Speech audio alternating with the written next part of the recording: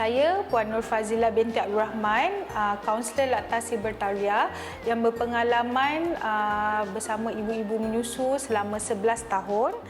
Ramai ibu yang risau bila tengok hasil perahan cuma 2 ounce dan mereka beranggapan susu mereka sikit. Inilah di antara kesan bila kita memerah susu terlalu awal, terutamanya dalam tempoh sebelum anak berusia 4 minggu.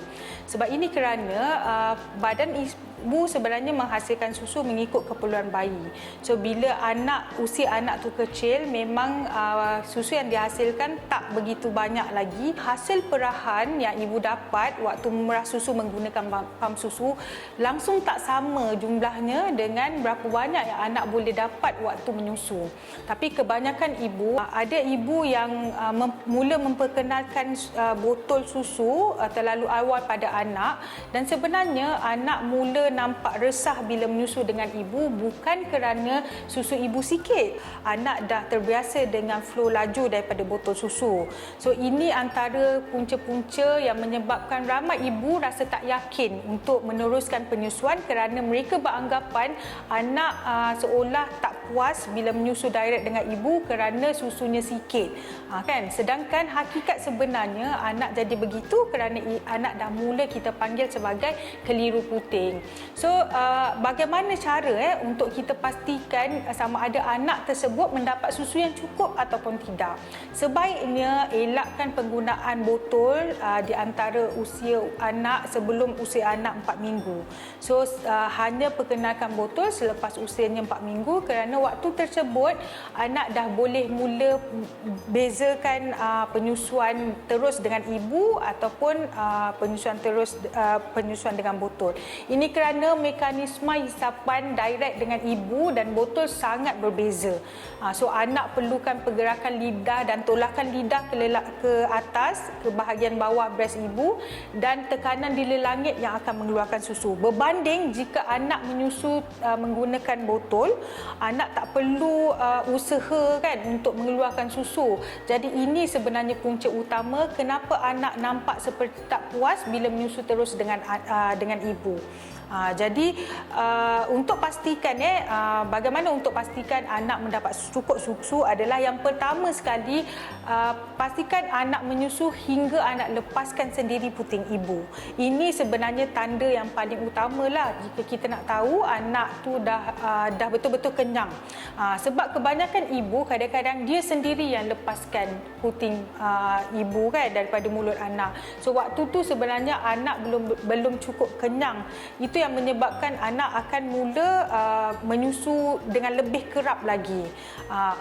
Pentingnya untuk ibu-ibu semua tahu yang di awal kelahiran ada masa anak akan mengalami fasa kita panggil sebagai cluster feeding. So di mana anak akan demand menyusu lebih kerap berbanding biasa, dan ini juga disebabkan oleh kita panggil sebagai growth spurt kan.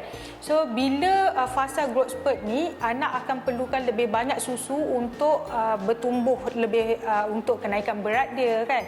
So kadang-kadang ada ibu yang salah faham waktu ni, dia anggap bila anak sangat kerap menyusu itu tanda susu tak cukup. Sebenarnya itu fitrah semula jadi yang Allah Subhanahu Wa Taala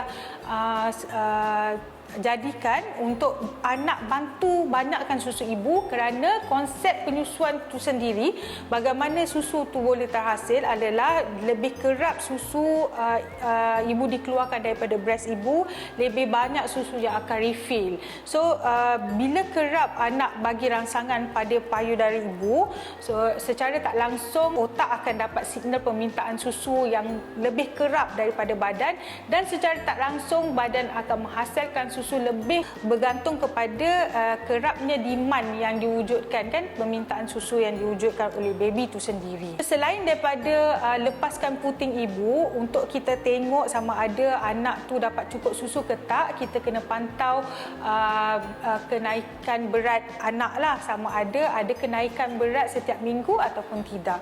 So jika anak menyusu kerap dalam masa yang sama, setiap minggu ada kenaikan berat yang bagus kan, sekurang-kurangnya 150 gram, satu bulan, satu minggu, atau sekurang-kurangnya 600 gram satu bulan.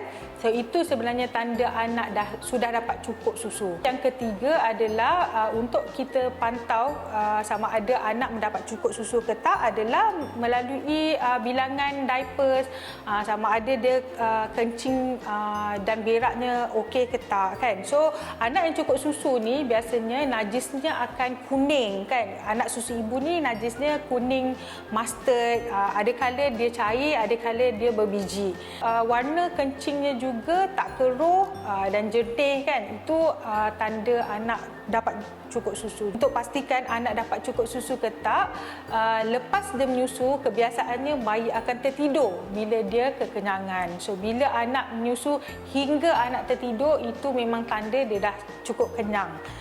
Selain daripada tu, boleh juga tengok kulit dia kan, sama ada berkedut ataupun tegang saja. So kalau anak punya kulit okey, tegang, tak berkedut ataupun kering, itu tanda anak dapat cukup susu. Dan air sekali boleh tengok pada ubun-ubun kepala dia. Kalau tak berlekuk kan, itu tanda anak memang dah dapat susu yang cukup.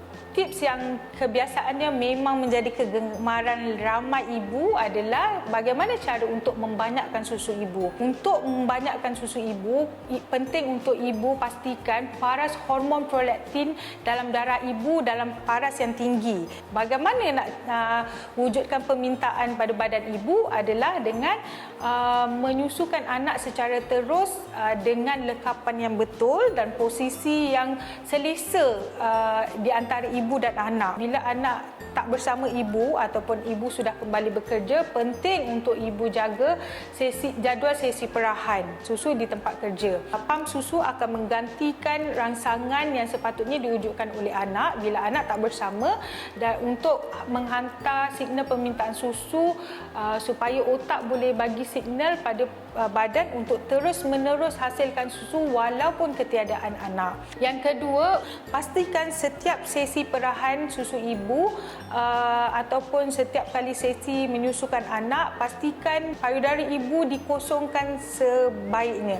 Walaupun hakikat sebenarnya breast ibu tak pernah kosong, kerana penghasilan susu akan berterusan, akan terhasil selagi ada ruang kosong. Jadi lebih kerap susu dikeluarkan daripada breast ibu, lebih banyak susu yang akan terhasil. Yang ketiga, cara untuk membanyakkan susu adalah melakukan penyusuan berganda dengan penggunaan milk collector ataupun memerah susu di sebelah waktu anak menyusu sebelah. Yang keempat, penting untuk ibu dalam keadaan tenang. Ini kerana selain daripada hormon prolaktin, hormon oksitosin juga sangat penting dalam proses penghasilan susu. Pastikan ibu minum air yang cukup, ibu akan kurang letih, dan sebab keletihan ni akan mengganggu hormon oksitosin kita tadi. Keenam, tips untuk membanyakkan susu, jangan sesekali abaikan penyusuan malam. Ini kerana waktu malam hormon prolaktin berada di tahap 2 kali ganda lebih tinggi berbanding waktu siang, dan secara tak langsung badan ibu akan terus-menerus menghasilkan susu yang lebih banyak untuk keperluan anak di siang hari. Dari segi pemakanan, memang ada kita panggil sebagai galactagogue. So kumpulan makanan ataupun herba yang boleh membantu membanyakkan susu. Tapi sebenarnya ia tetap juga berbalik kepada konsep demand dan supply tadilah. Terdapat banyak sebenarnya makanan-makanan yang dikatakan boleh membanyakkan susu, tapi sebenarnya kesannya bukanlah satu kesan yang signifikan, bukan kesan yang drastik lah. So ia tetap juga bergantung kepada konsep demand dan supply yang ibu wujudkan pada badan.